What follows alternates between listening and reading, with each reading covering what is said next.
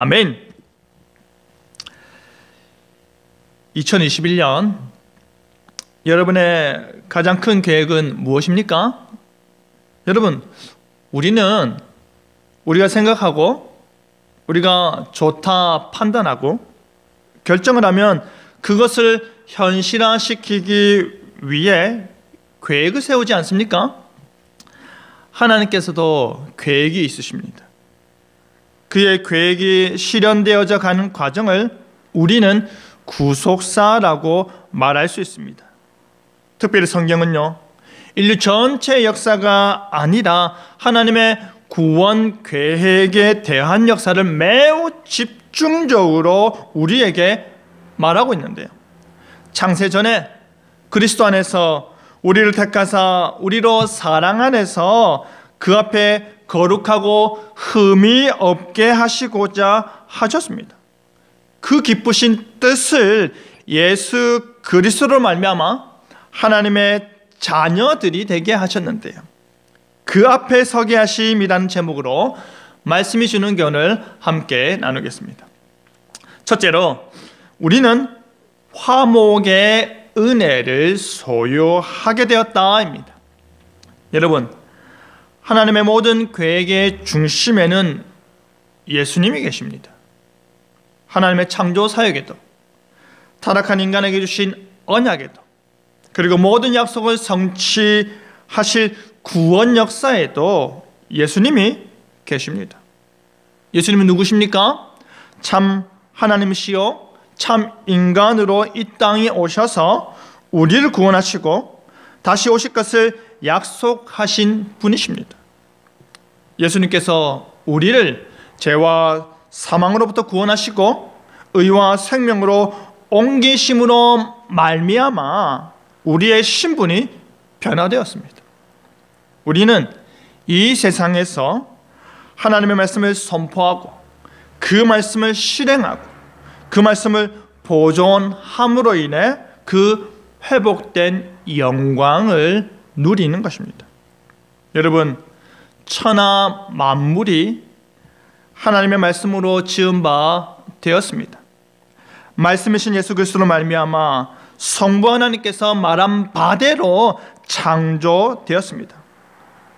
하나님께서 온 세상을 창조하실 때 하나님의 목적이 있으셨고 그 목적을 어떻게 하기 원하셨을까요? 유지하고 성취하고자 하셨는데요. 그래서 인간의 죄로 말미암아 깨어진 질서, 깨어진 관계, 부서진 목적을 십자가로 회복하신 것입니다. 십자가의 피로 화평을 이루신 것입니다. 그게 어떻게 가능합니까? 참 인간으로서 우리 가운데 임마누엘 하셨지만 참 하나님으로서 만물에 대한 우월성을 가지시기 때문입니다. 만물이 누구로 말미암아 창조됐기 때문에 말씀이신 그리스도로 말미암아 창조되었기 때문이죠.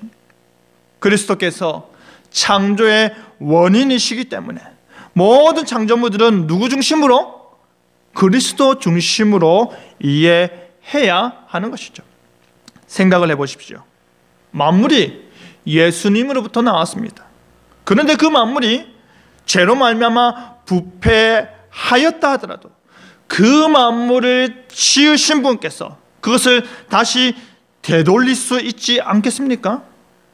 19절에 아버지 하나님께서 모든 충만으로 예수님 안에 거하게 하심으로 그의 완전한 신성으로 화평을 이루시는 것입니다. 그러니 20절에 말씀이 육신이 되신 예수님으로 말미암아 그의 십자가의 피로 화평을 이루신 것입니다. 십자가 죽음을 통해 하나님의 무시무시한 진노를 친히 감당하시는 것입니다. 하나님과 만물을 화해하게 할 수 있는 자격이 그에게 있으십니다. 능력이 그에게 있으십니다. 의지가 그에게 있으시기 때문입니다. 여러분, 하나님께서는 예수 그리스도의 십자가를 통해 땅에 있는 것이나 하늘에 있는 것이나 모든 것들과 화목해 됨을 기뻐하십니다. 예수 그리스도의 십자가 능력은 하나님을 기쁘게 합니다. 예수 그리스도의 십자가 능력은 하늘과 땅의 모든 피조물들을 하나님과 회복해 하고 태초의 관계로, 화목의 관계로 돌이키는 능력이 있기 때문에 심히 좋았다라고 말씀하신 그 하나님의 마음을 다시금 흡족해 하는 것입니다. 여러분, 이 십자가를 통한 화목해 됨 이전에는 우리는 어떠한 존재였습니까? 21절에 악한 행실로 하나님으로부터 멀리 떠난 존재였습니다. 아담과 하와가 범죄하여 낙원에서 추방된 그 상태에 머물러 있는 것이 아니라 그 상태로 머물러 있었다면 다행일 수도 있겠지만 이후로 죄에 죄를 더하고 악에 악을 더하여 생각하는 모든 것이 악할 뿐이라는 하나님의 한탄을 불러일으키는 데까지 떠나버렸습니다. 제가 들어옴으로 인해 하나님과 마음으로 원수가 되었기에 하나님으로부터 점점 더 멀어져 가는 것입니다. 바로 그와 같이 원수된 우리를 예수님께서 자신의 육체의 죽음으로 말미암아 화목해 하신 것이죠. 하나님과의 불화가 하나님과의 화목으로, 하나님과의 원수가 하나님의 자녀로 변화되었습니다. 이 변화의 중심에 무엇이 있습니까? 예수님의 십자가가 있습니다. 예수님의 죽으심이 있습니다. 만물의 회복을 향한 예수님의 마음이 있습니다. 그런데 여기서 중요합니다. 만물을 창조하신 하나님께서 그리스도의 십자가를 통해 원수된 우리와 화목해 되었습니다. 화목이라는 것 자체가 뭡니까? 싸움과 다툼이 없다, 다정하게 조화를 잘 이룬다는 의미입니다. 그렇다면 하나님과 아무런 다툼이 없고 하나님과 다정하게 조화를 잘 이루기 위해서 우리가 죄와 사망에서 의와 생명으로 옮겨지고 원수된 관계에서 화목된 관계로 옮겨졌다는 것은 우리가 어떠한 존재로 변화되었다는 말입니까? 내가 거룩하니 너희도 거룩하라. 내가 완전하니 너희도 완전하라. 바로 우리가 하나님의 거룩한 성품, 완전한 성품으로 변화됨으로 인해 그와 화목해 되는 것입니다. 여러분, 그것이 어떻게 가능합니까? 우리의 힘으로는 안 됩니다. 22절에 이제는 그의 육체의 죽음으로 예수 그리스도의 보혈의 능력으로 우리는 거룩하고 흠없고 책망할 것이 없는 자로 하나님 앞에 서게 되는 것입니다. 우리가 하나님 앞에 설 수 있으려면, 우리가 하나님의 은혜 앞에 서 있으려면 우리는 그리스도의 보혈의 능력을 덧입어야 하는 것입니다. 이단들처럼 실제적으로 그렇게 완전하게 변화되어서 죄와 상관없는 존재가 되었다라기보다는 그렇게 인정해 주는 것입니다. 나에게 여전히 범죄하는 습성이 있고, 나에게 여전히 거룩치 못한 부분이 있고, 나 스스로가 보고 판단하기에도 흠도 많고 책망받을 일이 많이 있고, 나 자신의 불완전한 모습이 늘 부끄럽고 후회할 일을 많이 만들지만, 그럼에도 불구하고 하나님께서 우리를 거룩하고 흠없고 책망할 것이 없는 자로 인정해 주는 것입니다. 예수님 때문입니다. 예수님 때문에 우리는 하나님 앞에 설 수 있게 되는 것입니다.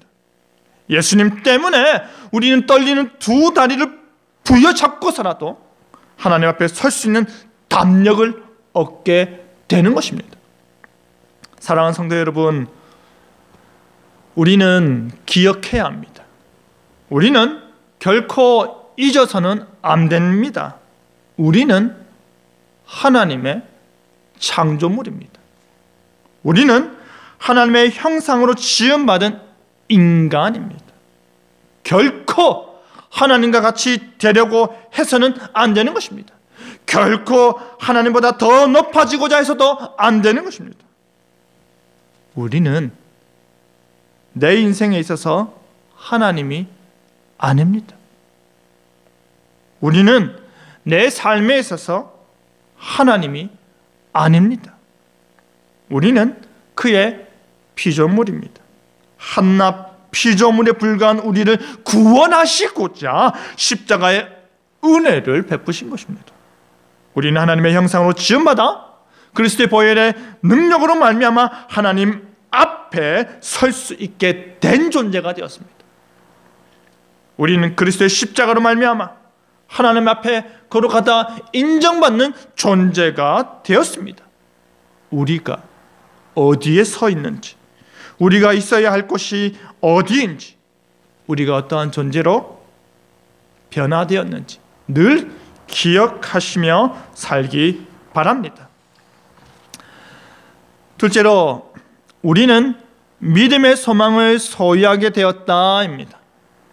여러분, 우리가 신앙생활하는 가운데 늘 유념해야 하는 사실은 바로 하나님께서 그의 창조물을, 그의 형상인 사람들을 결코 실패작으로 만들지 않으셨다라는 사실입니다. 여러분, 우리는요, 사랑하는 자녀 얼굴이 붙은 이쁜 그 인형을 만들다가 인형의 실밥이 터지고 색이 바래고 여기저기가 헐었다고 해서 그 자녀 얼굴이 붙은 인형을 쓰레기통에 버리지 않습니다. 지금 온 세상이 정의나 미안해, 정의나 미안해 하며 공분을 사고 함께 울고 함께 아파하는 이유가 무엇입니까? 우리는 그렇게 하지 않기 때문입니다. 그렇게 할 수가 없습니다. 하나님께서도 마찬가지입니다. 하나님께서는 자신의 형상으로 지음받은 우리가 아무리 타락했다 하더라도 우리를 결코 포기하지 않으시는 것입니다. 세상처럼 꼬리 자르기 하지 않으십니다. 세상처럼 자신에게 잘하는 사람들에게만 마음을 주는 분이 결코 아니십니다. 우리의 진실한 목자 되신 예수님께서는 99마리의 양을 두고 잃어버린 그 한 마리의 양을 찾으러 나가시는 분이십니다. 우리의 참된 아버지 되신 하나님께서는 잃어버렸다고 죽었다고 생각한 아들이 돌아올 때에 맨발로 뛰쳐나가 꽉 껴안아 주시고 심지어 잔치까지 베풀어 주시는 분이십니다. 하나님은 결코 우리를 포기하지 않으십니다. 하나님은 그의 아들을 십자가에 매달면서까지 우리를 구원하시는 일을 기뻐하십니다. 바로 그것이 우리를 향한 하나님의 마음인 것입니다. 그렇다면 우리가 그리스도로 말미암아 하나님 앞에서 거룩하고 흠없고 책망할 것이 없는 자로 여겨졌다면 이제 우리는 어떠해야 하겠습니까? 23절과 같이 믿음에 거하고 터 위에 굳게 서서 우리가 들은 이 복음의 소망에서 흔들리지 않아야 합니다. 세 가지입니다. 믿음에 거하고 그 터 위에 굳게 서고 복음의 소망에서 흔들리지 않는 것입니다. 먼저 만물을 충만케 하시는 예수 그리스도의 오심과 죽으심과 부활하심에 대한 믿음을 가지는 것입니다. 그 십자가의 의미가 무엇인지 정확히 알고 그 십자가의 가치가 얼마나 큰지 제대로 이해하여 그 믿음 안에 거하는 것입니다. 그리고 그 믿음의 반석 위에 굳게 서는 것입니다. 누가 뭐라 해도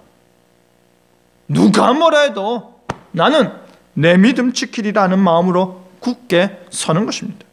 그리고 그 믿음의 내용이 복음에 약속하고 있는 바를 소망하는 것입니다. 고난 중에 소망하는 것입니다. 애매한 고통 중에도 소망하는 것입니다. 여러분, 사실 이 믿음 지킨다는 것이 어떻습니까? 참으로 어렵습니다. 하나님의 첫사람 아담과 하와 역시도 하나님의 말씀을 향한 그 첫 마음을 지키지 못했지 않습니까? 더더욱 우리는 하나님의 은혜가 아니고서는 살 수 없는 존재이기 때문입니다. 하나님의 은혜 위에 살아가는 존재이기 때문입니다. 저 역시도 하나님의 부르심을 받고 신학 공부할 때 그 신학 공부에 파묻혀서 그 신학 공부로 인해 기도를 등한시하고요, 성경 읽기를 게을리하고요, 진정한 신앙생활이 아닌 익숙한 교회 생활에 길들어졌고요, 그러한 모습으로 교역자라는 타이틀을 달았던 적이 있습니다. 하나님을 알고자 공부하면서 정작 하나님의 마음은 못 헤아리는 것입니다. 하나님을 알기 위해 힘썼으면서 정작 하나님을 더 몰랐던 것입니다. 사람들이 볼 때는 교역자라서 믿음이 커 보였을지 몰라도 실상은 허울만 번지르한 교역자였던 것입니다. 우리도 교회의 직분자로 부름받아 열심히 일하기도 하지만 때로는 하나님을 더 모를 때가 있는 것입니다. 여러분, 우리는요, 순전한 믿음으로 사람 앞에서 자신의 체면이 아닌 하나님 앞에서 나 자신의 이름을 걸고 그 앞에 서야 하는 것입니다. 지금 하나님께서 요구하시는 믿음은 바로 그러한 믿음입니다. 주변 사람들이 나를 어떻게 볼까 하는 생각에 함몰되지 마시고 하나님께서 나를 어떻게 볼까에 집중하시길 바랍니다. 그 집중하는 믿음으로 주께서 약속하신 그 모든 일들이 궁극적으로 완전히 성취될 것을 기대하시길 바랍니다. 그 복음의 소망에 흔들리지 않는 것입니다. 특별히 우리는 나를 지으신 이가 하나님이시라는 그 사실, 나를 지으신 하나님의 창조 목적, 나를 인도하시는 하나님의 원대한 계획, 나에게 주어진 하나님의 사명을 결코 나의 세속적인 삶에 의해 뒤로 밀려나지 않도록 해야 합니다. 그런데 이 말을 오해하는 사람들이 있습니다. 영적인 것과 세속적인 것을 이원화해서 모든 세상의 일보다 하나님의 일이 우선이라 하면서 공부는 안 하고 성경만 읽는 것이죠. 일은 안 하고 기도만 하는 것이죠. 직장 생활은 제대로 안 하면서 교회에서 큰 소리 치는 것입니다. 가정은 엉망인데 교회 일은 완벽하게 하려고 하는 것입니다. 결코 그런 의미로 이해하지 마시길 바랍니다. 여러분, 하나님께서 우리만의 창조주가 아니십니다. 하나님께서 우리만 만드셨고 이 세상은 다른 신이나 사단이 만든 것이 아닙니다. 모든 만물이 다 하나님의 작품입니다. 그렇기 때문에 하나님께서 만드신 이 세상 가운데서 나에게 주어지는 일에 우리는 최선을 다해야 하는 것입니다. 내가 지금 있는 그곳에서, 내가 가장 많은 시간을 보내는 그곳에서 하나님께서 나에게 주신 그 일에 최선을 다해야 하는 것입니다. 하나님의 이름이 달린 존재로서 최선을 다하는 것입니다. 여러분, 밖에 나가면요, 19은 불신자입니다. 그들은 하나님을 알지도 못한 채, 복음을 향한 믿음도 없는 채, 영원한 약속이 없음에도 불구하고 자신이 세운 그 목표를 달성하기 위해 최선을 다하며 책임감 있게 살고 있습니다. 그렇다면 나 자신이 하나님의 형상으로 창조된 존재임을 아는 우리는요, 나 자신이 하나님의 걸작품이라는 사실을 아는 우리는요, 더 열심히, 더 최선을 다해 살아야 하지 않을까요? 우리는 하나님의 자녀로서, 그리스도의 핏값으로 산 거룩한 존재로서 세상 한가운데서 그리스도인이라는 명찰을 붙이고 하나님의 영광을 외쳐야 하는 것입니다. 하나님께서는 세상 한복판에서 그의 이름과 영광을 외치게 하시고자 그 복음의 소망이, 그 복음의 비밀이 얼마나 풍성한지, 그 비밀의 영광이 얼마나 풍성한지 우리로 알기 원하십니다. 복음을 듣고, 복음을 믿고, 복음으로 회개하고, 복음의 참된 복락을 누리는 것, 타락하여 원수되었고 멀어졌던 관계가 창조의 그 관계로 회복되는 그 풍성한 비밀을 깨닫고 알기를 원하십니다. 그 놀라운 비밀을 이방인인 골로새 교회가 알게 되었듯이 그 복음의 신비를 지금의 우리도 알게 되었습니다. 그렇기 때문에 이제 우리에게 요구되는 것은 그리스도의 십자가 복음의 놀라운 복락을 드러내고 그것을 철저하게 인정하며 헌신하며 사는 것입니다. 현재의 고난은 장차 우리에게 주어질 영광과는 비교할 수도 없음을 실천하며 사는 것입니다. 하나님의 창조물인 우리가 이제 하나님의 자녀가 되었기 때문입니다. 우리는 하나님의 자녀로서 하나님의 가족 구성원이 되는 것입니다. 그리스도께서 온전하게 성취하신 하나님의 후사로서의 권세를 우리 역시도 가지게 된다는 말입니다. 이 얼마나 큰 은혜입니까? 영접하는 자, 곧 그 이름을 믿는 자들에게는 하나님의 자녀가 되는 권세를 주셨음이 우리의 믿음이라면 우리는 그 자녀됨을 끝까지 방해하는 사단의 시험과 고난도 함께 받아야 하는 것입니다. 궁극적으로 승리가 보장되고 궁극적으로는 실패하지 않는 하나님 나라의 영광을 위해 끝까지 싸워 쟁취해야 하는 것입니다. 그리스도와 함께 후사된 우리는 그 영광을 위해 왕같은 제사장으로서 이 땅 가운데서 겪게 될 그 어떤 고난과 아픔조차도 비교할 수 없을 정도로 가장 영광스러운 하나님의 은혜로 만족함을 누리게 될 것을 소망하길 바랍니다.